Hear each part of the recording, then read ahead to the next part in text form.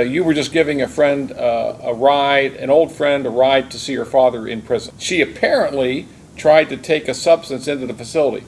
Not apparently, she did. She took it in. I had no knowledge of her doing so. You gave her an old bag of Flaming Hot Cheetos. Flaming Hot Cheetos. Clearly was not Flaming Hot Cheetos because the bag was opened and it had something else in it. Case number 26CR43434, the State of Ohio versus Adrienne Johnson. Ms. Johnson is before the court with her counsel, Mr. Gibbs. Ms. Nicholson, on behalf of the State of Ohio, we're here for sentencing.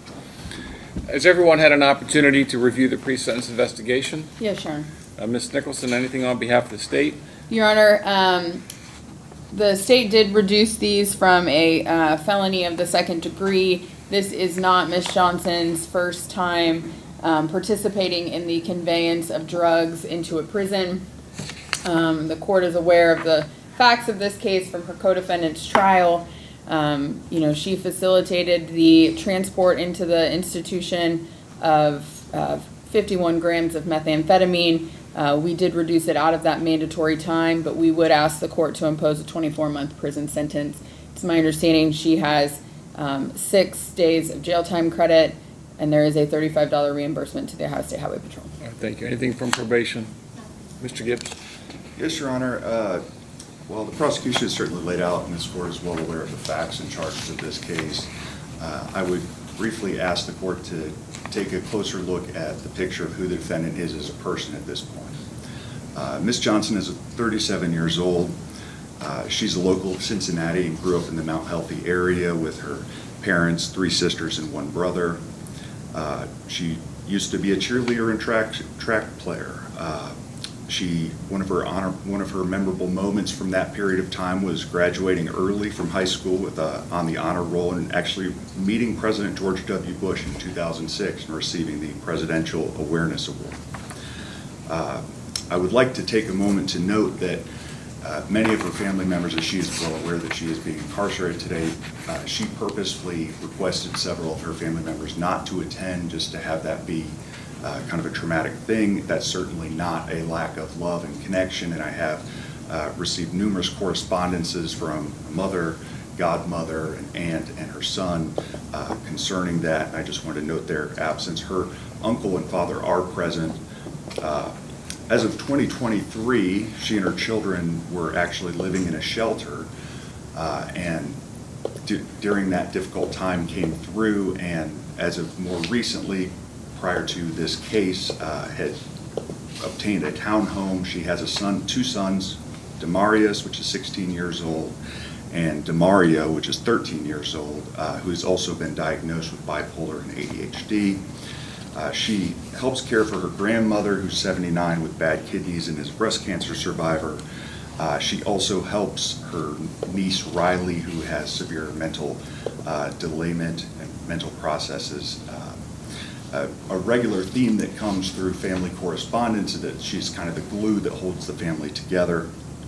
Being a high school graduate, she has attended 3 semesters of college at the Jefferson Community College in Louisville, studying psychology. Unfortunately, she had to drop out due to a family living arrangement situation change where she was living with a relative which moved. She was planning to start school this August to become a peer advisor. Her current employment, which she just ended as of 3 weeks ago, was full-time as a cashier and runner in the general front house responsibilities at an Arby's. She also works part-time catering with Scott's Barbecue since 2018, showing a continued desire to provide for her family and be employed and be a productive member of society. She deals with a depression diagnosis. There was some significant trauma in her life. Heartbreakingly, in 2008, she gave birth to her daughter, who died in her arms suddenly and from a lung issue. Just 2 weeks ago, her 47-year-old cousin, with whom she was very close, passed away at the age of, again, 47 from a heart attack.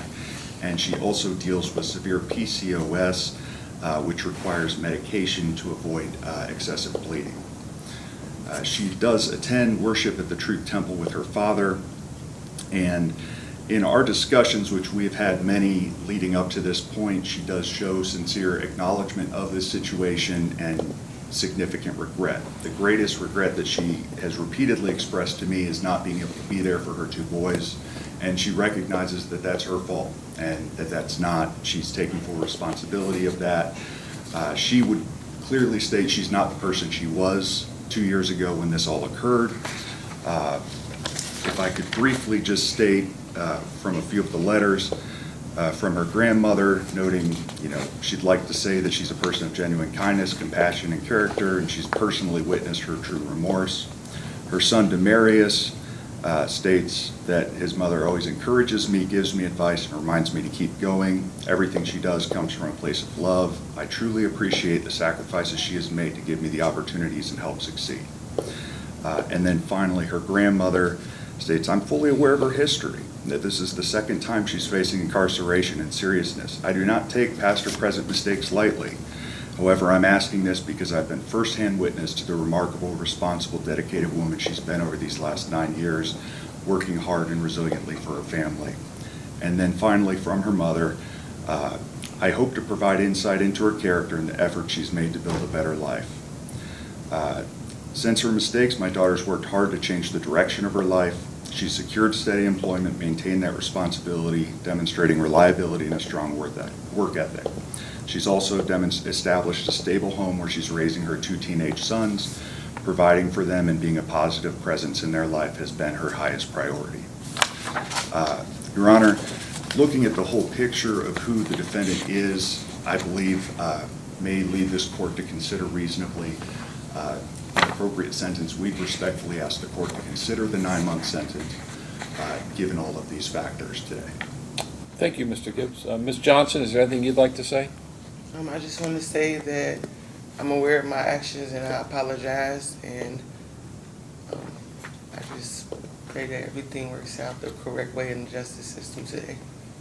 Ms. Johnson, I'm a little bit confused because you entered a plea of guilty, but yet in your statement you continued to say that you had no knowledge of taking the substance into the facility. Yes, sir. I had to talk to my attorney because I was confused on how they was charging me with specific things like intent, and I was just confused because I didn't tell her, to do. No, but things. certainly the messages between you and Mr. Carney clearly established that you were involved and knew what was going on. Did you deny that? If I could elaborate one case, obviously a large component of the prosecution's case against her is the testimony of the co-conspirator. Well, I disagree with that. I sat through Mr. Carney's jury trial. I heard Ms. Carney testify at that trial. Mr. Carney came up here and he testified and gave some goofy story that didn't make any sense at all. But the messages between you and Mr. Carney clearly established that you knew what was going on and you were part of this. You were up to your neck in this. And on the other part of that, this is the second time you've done it. I mean, you basically tried to explain this away as you were just giving a friend an old friend a ride to see her father in prison. She apparently tried to take a substance into the facility. Not apparently, she did. She took it in. I had no knowledge of her doing so. You gave her an old bag of Flaming hot Cheetos. Flaming hot Cheetos.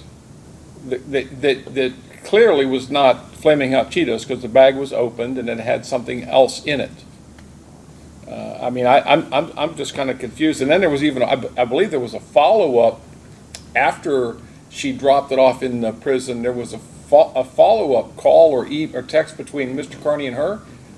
Wasn't there something? I know that Miss Carney confirmed that he had, But that was after the fact. But there were So certainly. I'm going to give you an opportunity to try to explain those facts away. No, like I said, he explained everything to me in detail, so I'm not denying anything. Like after that, me and my attorney have talked several times since the PSI, and he went into detail with everything. Like I said, the last attorney didn't explain a lot of stuff. It was some pages that I didn't get in it that he did give me to show why the charges were filed. And like I said, today I take accountability, and that's all. All right, anything else you want me to know? No. All right, the court's considered the statements made here today, the purposes and the principles of sentencing, the relevant seriousness and recidivism factors. Ms. Johnson, I have to tell you, we have a problem in our state, in our country, with people who are incarcerated getting illegal drugs, and this is the number one way that it happens, is that they're brought in from the outside by a family member or a friend through a visit, and it's got to stop. The other problem is that this isn't your first time. You've done this before. You've done this exact same thing before. So, while you're having any communication with anyone in the Department of Corrections, I believe that ODRC has you red flagged, so you probably will never be permitted. But that's between you and them. The court does find that a prison is necessary to fulfill the purposes and principles of sentencing, including punishment, deterrence, and protection of the public. So. On count one, the court's going to order you to serve 18 months in prison. On count two, the court's going to order you to serve 12 months in prison. And on count four, the court's going to order you to serve 12 months in prison, those to be served concurrent with each other. You have 6 days jail time credit. The court finds that you're indigent for the purpose of any fines, costs, or other financial sanctions. You are also subject to a discretionary period of post-release control, which means when you are released from prison, the Adult Parole Authority may supervise you for up to 2 years. If you violate those rules of supervision, the Adult Parole Authority may return you to prison for up to 1/2 of the court's original sentence. If your violation is that you commit another felony, you can be returned to prison for 1 year or the period that you have left on PRC, whichever is longer. That time would run consecutive to any additional prison time that you get sentenced to. You do have a right to appeal the court's decision of your sentence to the 12th District Court of Appeals. If you want to appeal, you must file your notice within 30 days of today's date. If you cannot afford an attorney or anything else necessary for your appeal, that can all be provided to you at no cost.